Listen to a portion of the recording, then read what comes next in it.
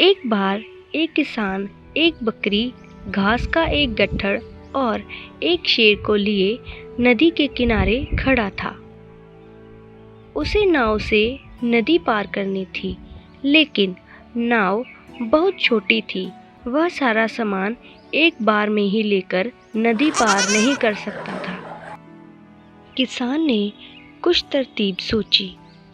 वह अगर शेर को पहले ले जाकर नदी पार छोड़ आया तो इधर बकरी घास खा जाएगी, और अगर घास को पहले नदी पार छोड़ आया तो शेर बकरी को खा जाएगा। अंत में उसे एक समाधान सूझ गया। उसने पहले बकरी को साथ में लिया और नाव में बिठाकर नदी के पार छोड़ आया।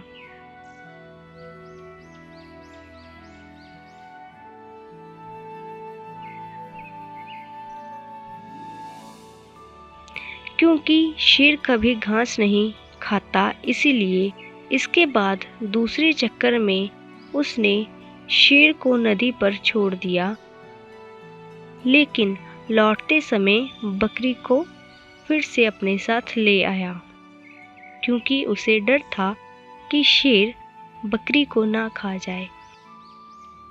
इस बार वह बकरी को इसी तरफ छोड़कर घास के गट्ठर को दूसरी ओर शेर के पास छोड़कर आ गया।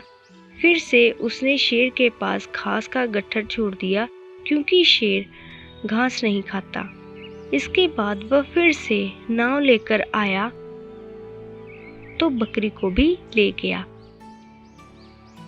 इस प्रकार उसने नदी पार कर ली और उसे कोई भी हानि नहीं हुई। तो बच्चों, इस कहानी से हमें शिक्षा मिलती है, हमें हर काम सोच समझ कर करना चाहिए। तो बच्चों, आपको यह चतुर किसान की कहानी कैसी लगी, नीचे कमेंट करके ज़रूर बताएं। अगर इसी तरह आप और भी कहानियाँ देखनी चाहते हैं तो हमारे चैनल को सब्सक्राइब करें और अपने दोस्तों के साथ हमारी कहानियाँ शेयर करें। हम मिलेंगे एक नई कहानी के साथ। बाय बच्चों।